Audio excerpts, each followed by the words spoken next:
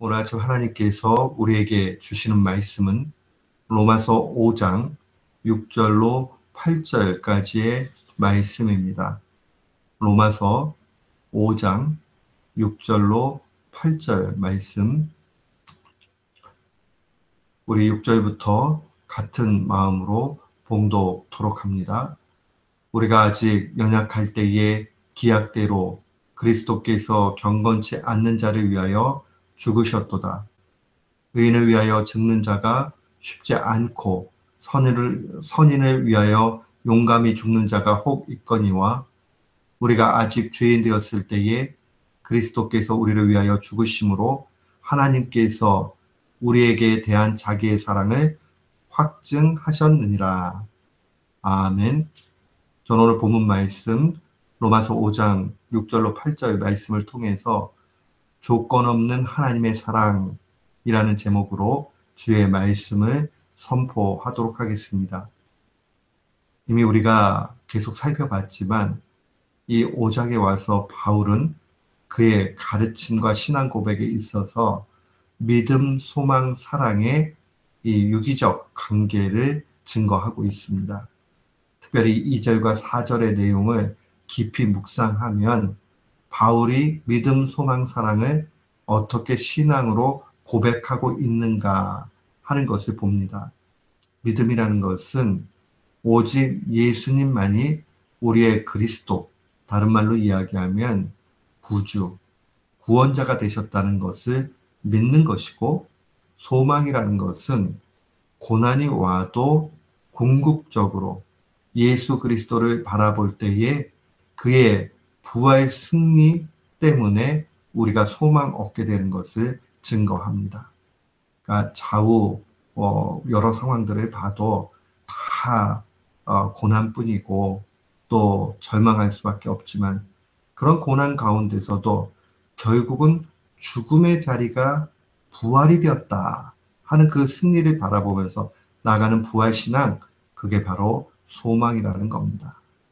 또한 마지막으로 이 사랑을 이야기하면서, 이 사랑이라는 것은 특별히 하나님의 사랑인데, 그 하나님의 사랑이 참된 믿음과 소망의 기초가 된다는 겁니다.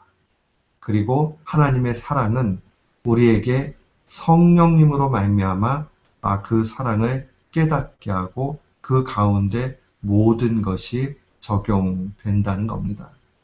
오늘 이 6절부터 8절 말씀은 그 하나님의 사랑이 어떠한 사랑인가 하는 것을 증거합니다.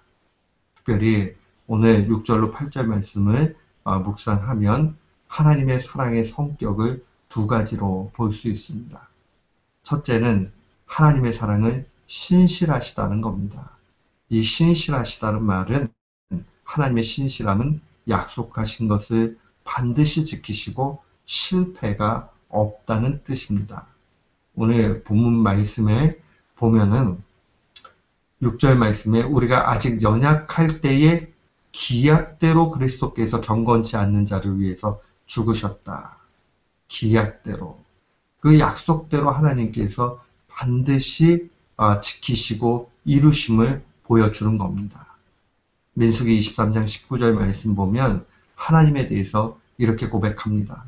하나님은 인생이 아니시니, 하나님은 사람이 아니시기 때문에 시건치 않으시고 그 약속하신 것을 바꿔서 아예 나 못해 라고 그렇게 시건치 아니하시고, 인자가 아니시니, 인자라는 것은 사람이죠. 사람이 아니시니 후회가 없으시도다. 어찌 그 말씀하신 말을 행치 않으시며 하신 말씀을 실행치 않으시랴. 이 말씀은 결국 하나님께서는 우리 사람과 다르기 때문에 그의 약속하신 모든 것은 반드시 이루신다는 겁니다. 실패가 없고 신실하시다는 겁니다. 우리는 아무리 약속을 해도 우리의 한계 때문에, 또 능력의 부족함 때문에 다 지키지 못할 수도 있습니다. 그러나 하나님은 약속하신 것을 결단코 바꾸지 않으시고 그대로 이루신다. 그 하나님의 사랑의 독특한 성격입니다. 또한 두 번째 성격은 바울 사도가 본문 속에서 더욱 강조하고자 하는 내용인데, 경건치 않는 자를 위해서 죽으셨다는 겁니다. 경건치 않는 자, 불의한 자, 죄인을 위해서 죽으셨다. 그 말씀은 조건과 가능성 없는 존재를 위해서 죽으신 그 하나님의 사랑을 증거합니다. 사랑하는 성도 여러분, 우리가 오늘 본문의 5장 7절에 나와 있는 대로 의인을 위하여 죽는 것이 쉽지 않고 선인, 착한 사람을 위하여 용감히 죽는 자가 조금 있지만은, 그러나 8절에 있는 대로 그리스도의 죽으심은 우리가 아직 죄인 되었을 때에 죽으셨다는 사실입니다. 그 말씀은 우리에게 무한한 위로와 가능을 보여줍니다.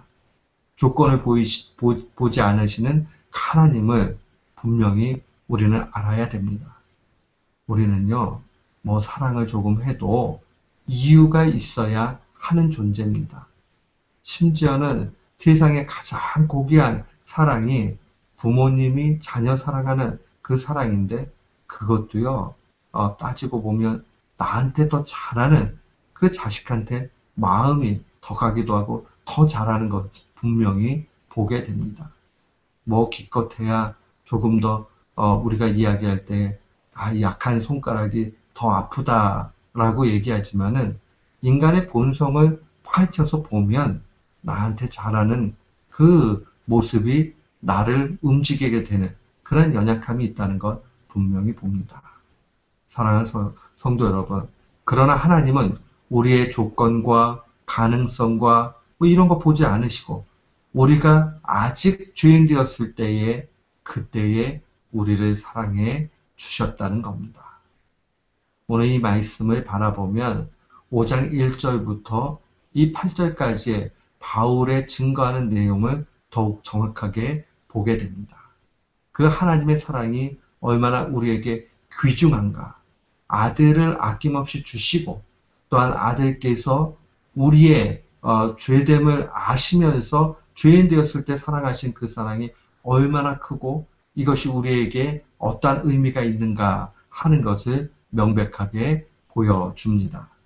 1절부터 5절 말씀에 있어서 특별히 1절은 우리가 참된 믿음 가운데 의롭다함을 얻었으면 그거로 끝날 것이 아니라 이 땅 가운데서 하나님과 화목함을 누리며 기쁘게 살아야 된다라고 증거합니다. 그 기쁨을 누리는 것이 어디에 근거해서 기뻐해야 되느냐? 2절 말씀에 보면 참된 믿음 가운데 영광을 바라면서 기뻐한다. 그러니까 믿음 생활하면서 소망을 가지고 기뻐하는 겁니다.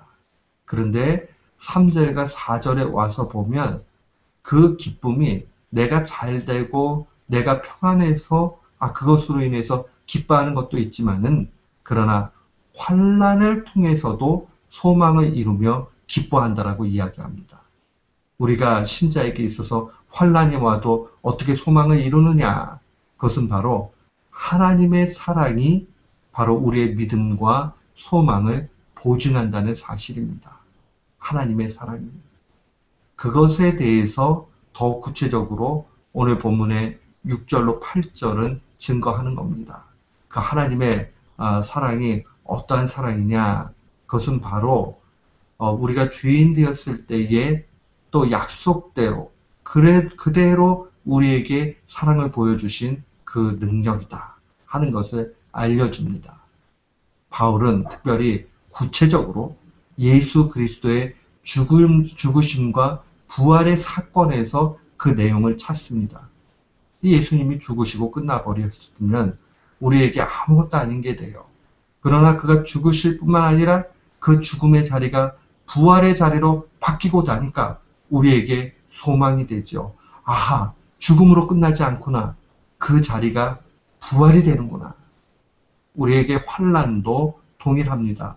하나님으로부터 오는 고난과 어려움을 바라보면서 어떨 때는 대굴대굴 구를 만큼 힘들 수 있겠지요. 그래도 부활하신 예수 그리스도를 묵상하고 바라볼 때에 죽음에서 이끌으신 하나님의 능력이 이 고난으로부터 우리를 살리신다 하면서 기뻐할 수 있는 겁니다. 어떻게 보면 우리가 수학 한 문제를 풀고 나면 그 다음에 그 푼 거에 대한 성취감이라는 게 있잖아요. 일을 하고도 목표를 설정한 것 이루고 나면 성취감이 있는 것처럼 우리의 인생 가운데 고난의 터널을 하나씩 하나씩 벗어나는 것 통해서 그 기뻐하면서 하나님과의 깊은 교제, 화목함을 누리며 갈 수 있다는 겁니다. 사랑하는 성도 여러분, 오늘 그 사실을 기억해야 됩니다. 그 소망이 어디서 나오느냐? 바로 하나님의 신실한 사랑, 조건을 보지 않는 그 하나님의 사랑에서 나온다 하는 것을 기억하시기 바랍니다. 사탄은 참소하는 자, 우리를 갖다가 자꾸 정죄하는 그러한 존재입니다. 그러니까 우리가 실패하고 넘어지면 야, 너깐 것이 그건 뭐 하나님 앞에 사랑받을 수 있겠나? 라고 하면서 그렇게 지적을 당해요. 그렇지만은 우리는 그때마다 기억해야 됩니다. 하나님은 우리가 의인된 상태에서 그리스도를 주신 것이 아니라 아직 죄인 되었을 때에 우리의 조건과 가능성 보지도 않으시고 하나님께서 친히 그의 사랑으로 능력으로 예수 그리스도를 주셨다 하는 것을 분명히 기억해야 됩니다.